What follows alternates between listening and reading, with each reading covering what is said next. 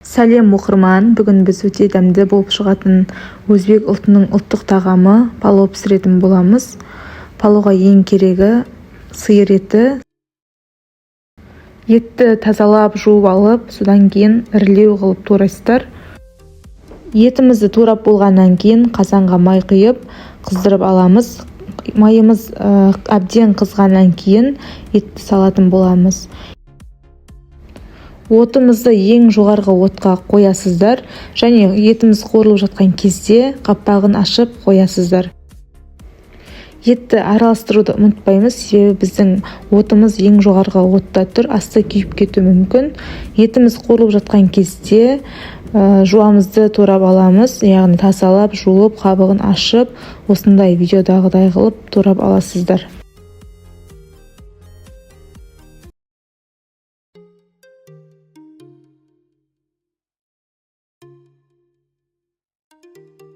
Еттің суы әбден тартылып, шыжғырылып қуырылып жатқан кезде жуаны үстінен салып жібересіздер.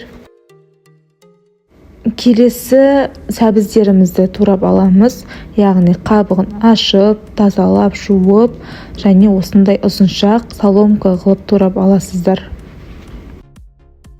Содан кейін күрішті әбден тазалап, суы ағарғанша жуасыздар, және суға салып кішкене бұқтырып қоясыздар.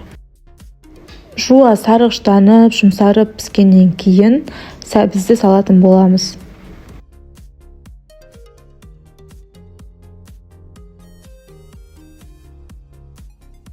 Дәміне қарай тұз саласыздар, және мен палауға арналған дәмдеуішті қостым. Өте дәмді, керемет болып шығады. Сіздер де қосып көрсеңіздер болады. Осылай бәрін қосып, араластырып, тағы да ең жоғарғы отта қуырып алатын боламыз.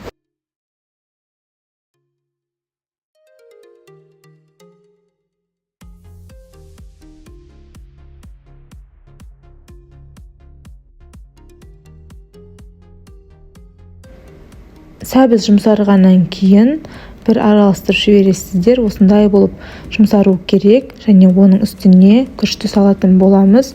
Күріштің бетін тегістейміз. Дәміне қарай тұзын саламыз, және қайнаған суды құямыз. Суын күріш бататындай қылып құйсаңыздар болады, және су әбден сарқылып қайнағанша астын жоғарғы отта қойып қайнатып аласыздар. Осындай қылып суын тартып алу керек, және ортасына сарымсақты салып, жан жағын осылай тесіп, күрішімізді ең төменгі отқа қойып, жарты сағатқа пісіріп аласыздар. Піскеннен кейін тағы да қапағын ашып, бір аунатып, астын төменнен жоғары қарай бір аунатып аласыздар да, тағы да қапағын жауып, жарты сағатқа бұқтырып қоясыздар. Міне осындай болып күрішіміз піседі. Өте дәмді, иісі де өте керемет болып піскен. Осы рецептпен сіздер де жасап көріңіздер. Видео ұнаса каналға тіркеліп, лайк басып, комментарий қалдырып кетіңіздер. Міне осындай болып піседі. Күрішіміздің ортасына сарымсағын, жан жағына піскен жұмыртқаны қойып ұсындым. Бетін әсемдеп осындай көк шөптермен әрледім. Астына ачичук салатын қосып бірге ұсынсаңыздар да болады. Ачичук салатының рецептісі керек болса каналда бар, описанияға ссылкасын қалдырып кетемін. Сіздер де жасап көріңіздер. Ас болсын.